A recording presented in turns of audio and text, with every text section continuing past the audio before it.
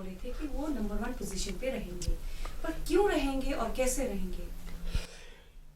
देखिए, जब मैंने पिछली बार मायावती के बारे में कहा था कि वो पहले नंबर पर हैं, पिछले बल्कि 72 घंटे के अंदर हालात मायावती के पक्ष में और ज़्यादा चले गए हैं। सवेरे जो हमने सारा का सारा लोगों से बात किया, वहाँ पर स्थिति आज की तारीख में ये डेवलप हो रही है कि मायावती शायद 200 सीटें ले जाए 405 सीटों के बीच में।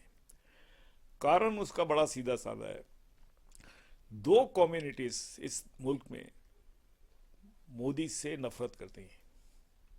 एक है दलित, क्योंकि वो हैदराबाद के अंदर एक दलित ने जिसने आत्महत्या की और इतनी जगहों के ऊपर दलितों के साथ अत्याचार हुआ, तो दलित जो है वो बिल्कुल मोदी से अलग है। वो जो वोट बैंक है 21-22% का यूपी के अंदर, वो चाहे आसमान से आसमान गिर जाए, प्रलय आ जाए, वो कभी मायावती को नहीं छोड़ेगा, कभी नहीं छोड़ा है। अच्छा, इस हालात में मायावती ने एक बहुत चालाकी वाला काम किया। उसने 100 एमएलए के जो टिकट दिए हैं, वो 100 एमएलए के टिकट मुसलमानों को दिए गए हैं पहली बार बीएसपी के अंदर। एक वो एक क्रिमिनल है, उसको भी उन्होंने कल एक उसको लीडर को टिकट दिया है, नकवी क्या नाम है उसका। तो इसके पीछे जो पूरा ये है कि उसका जो पूरा अरिथमेटिक है, बड़ा सिंपल है। 21% दलित, 19% मुसलमान, 40%। मुसलमानों को भी पता है 21 इनके पास हैं, जबकि अखिलेश के पास ऐसा कोई बड़ा वोट बैंक इनके पास नहीं है। यादव वादव इतने नंबर में नहीं है, 8% है यादव। तो जब 40 हो जाता है तो उसके बाद गेम जो है पूरा का पूरा मायावती के पास जा रहा है। सवेरे मेरी बात हुई है यूपी के अंदर, ब्राह्मण लीडरों से बात हुई है फोन पर। यहां तक कि ब्राह्मण वोट जो 13% है उत्तर प्रदेश में, वो भी सारा का सारा मायावती को जा रहा है। मैंने पूछा वो क्यों जा रहा है? कहते हैं वो 13% इसलिए जा रहा है क्योंकि 40% वहां जा रहे हैं और वो वहीं जाएंगे ब्राह्मण जो जीतेगा। ब्राह्मण यूपी का जो होता है वो हमेशा उस पार्टी को वोट देता है जिसकी गवर्नमेंट बन रही है। तो उनको लग रहा है क्लियरली कि मायावती की सरकार बन रही है। 40% का जो अरिथमेटिक है वो बाय एंड लार्ज ठीक आ रहा है। 13% ब्राह्मण अगर मिल जाते हैं, 53% हो जाता है। 53% का मतलब है मायावती की लैंडस्लाइड विक्ट्री होने जा रही है यूपी के अंदर। तो इस पे आज के रेट में बीजेपी का क्या पोजीशन है वहां पे? बीजेपी का पोजीशन, हमको एक बात ये समझ में नहीं आती है। जब पटना का चुनाव हुआ था तो बीजेपी के जो प्रेसिडेंट हैं वो बोल रहे थे हम लैंडस्लाइड 2/3 सीटें जीतेंगे बिहार के अंदर। वैसी स्टेटमेंट्स बीजेपी की आज भी आ रही हैं। मैंने सवेरे आज भाषण सुना मोदी जी का। मोदी जी लुधियाना गए थे। मोदी जी के चेहरे पर चिंता थी आज सवेरे, पब्लिक के चेहरे पे चिंता थी। एक आदमी ने ताली नहीं बजाया। लुधियाना जहां सबसे ज्यादा सर्दी के ये स्वेटर बनते हैं, 1.5 लाख लोग अनएम्प्लॉयड घूम रहा है लुधियाना के अंदर, वो एक भी आदमी ताली बजाने को तैयार नहीं है लुधियाना के अंदर। ये आप क्या सवाल पूछा था आपने मुझसे? बीजेपी का क्या स्टैंड है? बीजेपी का कोई स्टैंड नहीं है। बीजेपी का वही स्टैंड है कि लोग समझेंगे हमने डिमोनेटाइजेशन में क्या हुआ था। लोग तो अभी अभी फील कर रहे हैं। 45% लोग स्मॉल और मीडियम सेक्टर की मैन्युफैक्चरिंग सेक्टर में है। फिरोजाबाद का मैंने पूछा, यूपी के अंदर जहां इलेक्शन हो रहे हैं, चूड़ी बनाते हैं वहां कम से कम, वहां भी 1.5-2 लाख लोग चूड़ी बना रहे हैं। सारे के सारे अनएम्प्लॉयड हैं। जो चूड़ी बना रहा है उसका भी एक सीजन आता है शादी का, वो या तो वो सीजन में उसको एम्प्लॉयमेंट मिल जाती है, फिर बाद में नहीं मिलती। जैसे कपड़े का है, जलंधर के अंदर पूरी की पूरी ये जो लेथे लगे हुए मशीन पार्ट्स बनाने की, वो खत्म हुई हैं। असली सच्चाई ये है, मोदी जी को समझ में आ चुका है कि डिमोनेटाइजेशन बैकफायर कर चुका है। और अभी देखते हैं क्या होता है। बजट एक बचा हुआ है उनके लिए, पता नहीं क्या होगा। और कांग्रेस का क्या काउंट है सर? देखिए, कांग्रेस ने क्या है, कांग्रेस का प्रॉब्लम ये आ गया है सबसे बड़ा कि कांग्रेस चाहती है कि वो एक नेशनल पार्टी की तरह ट्रीट हो, जो मायावती मानने को तैयार नहीं है। क्योंकि मायावती का जो स्टैंड है वही है कि मेरे तो 21% लोग हैं मेरे साथ, वो समाजवादी पार्टी के पास ऐसा नहीं। समाजवादी पार्टी का जो कोर है वो करीब 15% का है, राजपूत और यादवों का लेकर। तो मुझे नहीं समझ में आता कि इन्होंने, कांग्रेस वालों ने कोई स्ट्रेटेजी कोई की है। कांग्रेस के अंदर एक और प्रॉब्लम है, उनके पास लीडरशिप नहीं है। ना तो सोनिया जी, मैं समझता हूँ वो थोड़ा बीमार चल रही हैं, ना तो वो आजकल ज़्यादा कर सकती हैं। और राहुल गांधी भी जो हैं वो काफ़ी इंथुजियास्टिक हैं। आज उन्होंने जो पंजाब में स्पीच दिया तो बहुत, जो बोले सो निहाल करके दिया। उनको लग रहा था कि पंजाब के अंदर कांग्रेस की हालत अच्छी है, और मेरे ख्याल से हमें जो थोड़ी बहुत इन्फॉर्मेशन आ रही है कि पंजाब के अंदर हो सकता है कांग्रेस पार्टी सरकार भी बना ले।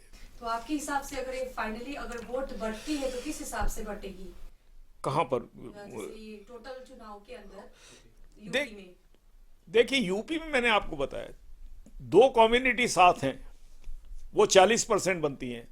13% ब्राह्मण हैं, वो बैठे हुए हैं, जिसके पास 40 है उनके पास उनको तो 53% अगर लोग एक तरफ हो गए हैं तो वहां इलेक्शन बचा ही नहीं है। आज अखिलेश यादव ने आज सवेरे बोला है कि बजट को पोस्टपोन कर दिया जाना चाहिए। अखिलेश को दिख रही है, उनको हार दिख रही है अखिलेश को होती हुई। उसको काहे को चिंता हो गई बजट जो आ रहा है 1 फरवरी को। तो यूपी का चुनाव तो बल्कि एक तरह से कुछ ऐसे हालात ऐसे पैदा हो गए, पहले ही काफी हद तक डिसाइड होता जा रहा है, जबकि अभी काफी दूर है चुनाव। जब हम अनएम्प्लॉयमेंट की बात करते हैं तो ये अनएम्प्लॉयमेंट किस तरह से हिट करेगी, किस तरह से असर कर रही है, और ये इलेक्शन में किस तरह से इफेक्ट करने जा रहा है? ये बहुत ज्यादा हिट करने वाली है। मेरे पास इंफॉर्मेशन है, बजट के अंदर ये सरकार हर अनएम्प्लॉयड आदमी को 500 रुपया महीना देने वाली है। ये ऑलमोस्ट पास हो चुका है ये बजट में। वो समझते हैं शायद इससे हो सकता है गरीब अनएम्प्लॉयड जो लोग हो गए हैं उनका गुस्से में थोड़ा शांति हो। इसका मुझे नहीं मालूम कितना असर होगा, लेकिन हालत बहुत बुरी है। क्योंकि ऐसा हुआ है, ये लोग गांव से उठ के शहर में आए, शहर से अब ये वापस जा रहे हैं। वापस जाने के बाद किसान को मैंने पिछली बार बोला था, उसको मालूम नहीं, उसके पास बीज नहीं है, उसके पास पैसा नहीं है, वहां पर बैंक भी नहीं है। तो मैं समझता हूँ एक काफ़ी बड़ा केओस की सिचुएशन है। और ये सरकार इस समय हर रास्ता ढूंढ रही है कि किसी तरह ये जो उनसे कदम उठ गया है, और मेरे हिसाब से जो कदम है वो देश के इंटरेस्ट में नहीं था, इकोनॉमी के इंटरेस्ट में नहीं था, उसको किस तरह से उसका इफेक्ट कम किया जा सके लगी हुई है सरकार सोचने में। तो क्या जो ये 500 रुपीज पर हेड पर पर्सन, हाँ, जो बांटने के लिए हो रहे हैं, हाँ, तो ये क्या एक्चुअली ये काम सरवाइव करेंगे या ये बोलने की बात? मेरे को लगता है बोलेंगे तो 100% और करने की कोशिश भी करेंगे, लेकिन ये ब्यूरोक्रेसी करने देगी तब की बात है।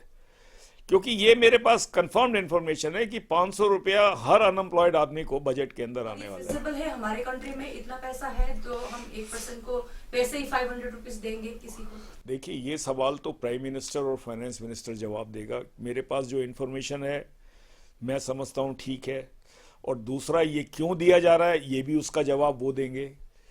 लेकिन इस देश के अंदर कोई जो फैसले लिए जाते हैं इसलिए नहीं लिए जाते कि इस पैसे से देश का कितना भला होगा कितना नहीं होगा। तो हमारे पास इतना पैसा है जो हम पर पर्सन को 500 दे सके? ऐसा है मैडम, जब किसी पार्टी के आगे ये प्रोपोजिशन आ जाती है कि या तो मैं सत्ता से बाहर हो जाऊं या पैसे दे दूं, तो राजनीतिक की जो होता है बहुत चालाक आदमी होता है। उसकी बला से रिजर्व बैंक ऑफ इंडिया पूरा लूट जाए, सारा देश लूट जाए, उसको अपनी कुर्सी पे बैठे रहना चाहिए उसको। सर, बीजेपी के जो इतने बड़े लॉस होने जा रहे हैं आने वाले चुनाव में यूपी के अंदर, इसको कैसे वो लोग बचा सकते हैं, किस तरह से? मेरे ख्याल बीजेपी के पास नरेंद्र मोदी जी हो, अमित शाह हो, पूरे के पूरे इनके पास सिर्फ एक ही रास्ता बचा है, उसका नाम है यूनियन बजट जो 1 फरवरी को आ रहा है। इसके अंदर ये बीजेपी को कुछ बचा जाए तो बचा सकते हैं, लेकिन इसको बचाने के लिए बीजेपी को अब उनको वो करना पड़ेगा जिसकी ये बातें करते हैं लेकिन इंप्लीमेंट नहीं करते हैं। गरीबों को अभी तक भी कोई भी बैंकों से लोन नहीं दिया। प्रोफेशनल्स हैं, पढ़े लिखे लोग हैं मुल्क में, अनएम्प्लॉयड घूम रहे हैं, उनको लोन नहीं दिया। हो ये रहा है, ये सरकार जो है बातें बहुत करती है, करती कुछ नहीं है। इनको अगर करना है तो बैंकों के दरवाजे, बैंकों के ब्रांच मैनेजर्स की सब जगह के ऊपर बिठा देने चाहिए। अगर कोई पढ़ा लिखा अनएम्प्लॉयड आदमी आता है जो कुछ करना चाहता है तो उसको ये देख के कि उसकी क्वालिफिकेशन क्या है, उसकी बैकग्राउंड क्या है, इनको 10 लाख रुपया उसके हाथ में फौरन पकड़ा देना चाहिए। मेरा एक थ्योरी है, अगर आप 10 आदमियों को 10 लाख रुपया देते हो तो ये पॉसिबिलिटी है कि 3 आदमी उसमें से सक्सेसफुल बिजनेस कर जाएंगे और 7 नहीं कर पाएंगे। लेकिन वो 3 आदमी जो कर जाएंगे वो इतना ज्यादा मुल्क का फायदा कर जाएंगे एम्प्लॉयमेंट के अंदर और रिसोर्सेज के अंदर कि वो 7 आदमी जो उसके नहीं हो पाएंगे। तो वो तो हमेशा हमेशा होता है। मैं नहीं समझता बीजेपी के अंदर इतना बड़ा सोचने की किसी के अंदर दिमागी ताकत है, पहली बात तो। लेकिन इसके अलावा इनके पास कुछ नहीं है। जब तक ये बहुत ही बड़ी समस्या में आ चुके हैं ऑलरेडी, अगर ये बड़े बड़े स्टेप नहीं उठाएंगे तो मैं नहीं समझता कि इन जो जितने, मैं यूपी की बात नहीं कर रहा हूं, मैं 5 स्टेट्स की बात कर रहा हूं, 5 स्टेट्स के अंदर बीजेपी की हालत ठीक नहीं है, क्योंकि सब जगह अनएम्प्लॉयमेंट और गरीबी, और ये सारे लोग जो हैं इस समय बड़ी निराशा की स्थिति के अंदर हैं। आपको लगता है कि बीजेपी इतना बड़ा स्टेप लेंगे? देखिए, जो प्रकृति में, नेचर में एक बात होता है, जो कैपेबल होता है वही सरवाइव करता है। अगर जो हिंदुस्तान इस समय आज की तारीख में डिमांड कर रहा है, कौन किस मुल्क में आपको इतनी लंबी लंबी लाइनें की पेशेंस रखने वाले आपको आदमी मिलेंगे? ये लोग तो हर तरह से नरेंद्र मोदी को बोल रहे हैं, नरेंद्र मोदी तुम कुछ करो। इतनी लंबी लंबी लाइनों में लोग खड़े हुए हैं बैठ के, किस लिए खड़े हुए? और अगर यही नरेंद्र मोदी इनको लेट डाउन करता है, जो कि मुझे लगता है ये करेंगे, इलेक्शन रिफॉर्म्स की बातें पिछले 15 दिन से हो रहे हैं, इसके बारे में नरेंद्र मोदी क्यों नहीं बोलता है? ये अमित शाह क्यों नहीं बोलता है? बिगर इलेक्शन रिफॉर्म्स के इस कंट्री का फायदा नहीं हो सकता। मैं समझता हूं कि ये एक बहुत बड़ा, इस मुल्क के अंदर एक बहुत बड़ा डिसअपॉइंटमेंट आने वाला है अगर ये कुछ नहीं करते, और उसके हम सबको उसके कॉन्सिक्वेंसेस भुगतने पड़ेंगे।